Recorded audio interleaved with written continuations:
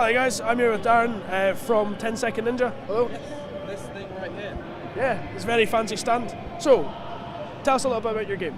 Right, so 10 Second Ninja is a blisteringly fast action platformer game where you have 10 seconds to eliminate all the enemies on the stage. You have 3 shurikens and a sword, and depending on how you use those, you can do the levels really, really quick or fail completely. So it's very, very difficult and very, very fast. So, Nazi robots. Tell us the inspiration. Right, so you fight Nazi robots because... Who doesn't want to fight Nazi robots? Yeah, well they're just so bad. They're just everything bad at once, and they're from space.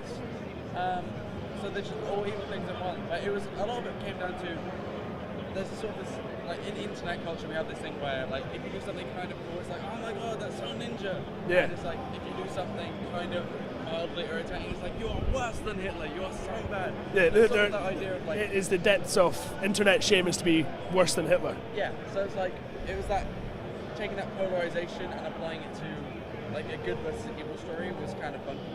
So, what were the actual inspirations behind the game? I mean, as we said before, we were just chatting a minute ago, and it's the sort of harks back to the sort of Newgrounds, sort of, as you said, hardcore platformer. So, as a gamer, as a developer, what were your inspirations? Well, I didn't really grow up with like games like Super Mario or anything like that because I'm still pretty young. I didn't really grow up with Nintendo Entertainment System. Yeah. So my first experience with 2D games, or like my first like real experience where I was playing like lots and lots of 2D games, was through Newgrounds. So it is definitely a throwback to like Meat Boy, the original Meat Boy, and like people like Adam Atomic who made Cannibal and those sort of games, and bits of Lambert in there as well. So, tell us about the development process. How, from start to finish, what was it like being an indie developer at the moment? It was messy. It was, I didn't know how to code when I started making 10 Second Ninja. I've restarted this a bunch of times. My code is still kind of messy. If it's messy but works? It works. It just about works. I'm very happy with the state the game's in. I don't think if you play it, it's clear how messy the code is behind the scenes. But yeah, this was the game that taught me how to code. It was very much a learning process. Well, I mean, that's one sort of baptism by fire is to develop your own game at the moment, especially with the current indie community. Yeah. Speaking of community, with sort of Steam Early Access, Steam Greenlight, and the massive influx of Steam games, I mean, is 10 Second Ninja available on Steam at the moment? Yeah, you can get it on Steam for PC and Mac. Okay, so what's it like being part of the Steam community at the moment? It's cool, it's really good. We got it through a publisher, our lovely publisher, Mastertronic. We have to say that. Yeah. They are very nice, and they make the best games and publish the best games really ever. Good. Yeah. Please don't kill me. No, they've been absolutely fantastic. We've kept our creative control. They've basically just given us the push we needed to get the promotion out there, get on Steam, come to events like Rezzed. But yeah, it's been really good going on Steam. I'm glad we bypassed Greenlight, which can be kind of a... It seems to be a very sort of marketing based. So it goes, vote for us in Greenlight. If you've got a good following, you get Greenlit like that.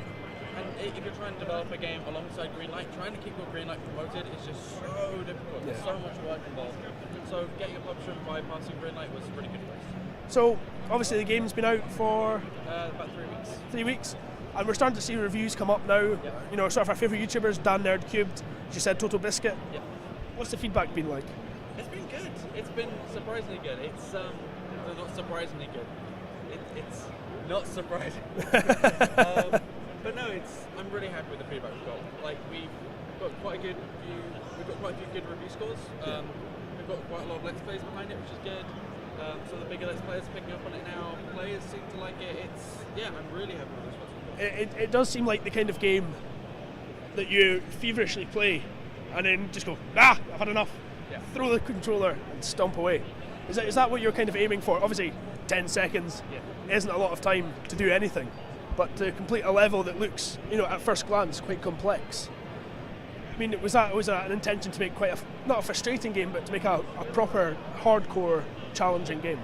Yeah, well, you have, restart map to a button, so having that there meant that the game could be sort of as difficult as we needed it to be without players getting too frustrated because they can always jump straight back in. So from that point on, it was like, well, if we make it really difficult, then there's definitely a niche audience, not even niche audience, there's an audience for those sort of really, really difficult games that don't get as many games as they probably should. Right. So we're like, okay, if we go there, then we can just the restart, we get some fun reactions. It seems to go well. I think it's the direction the game definitely was supposed to go. Yeah. So, what's it like being an indie developer? I mean, we've heard Machinima recently reported, indie's dead. It's all AAA titles now. Personally, disagree. But what's it like being an indie developer as opposed to AAA? As you said, this is your first game. Yeah, well, I spent a little bit of time at EA Games, and I did a bit of QA at TT Games. So I've been in that sort of environment, and it's nice just being able to go like, I get to pick what I want to do today. I get to do this, I get to do that, and the community around indie games is so nice. Everyone's really, really friendly. Everyone sort of knows each other and hangs out, and that's really, really nice. It's a very, it's really, really nice. Okay, and final question in 4 words. Tell us your game. 10-second ninja good. Thank you very much. Guys, that's 10-second ninja. You can pick up now on Steam. We've had a shot. I highly recommend it. Thank you. Thank you. The company, man. Of course. That 5%, right? It's a new building, right? That 5%. We're just chatting. There's another YouTuber come down with us. Well, we met up in the hotel. Sorry, the boys at FenCorp didn't.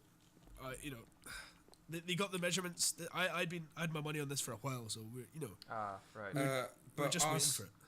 Just so you know, RC are always here to look after people that are not, important.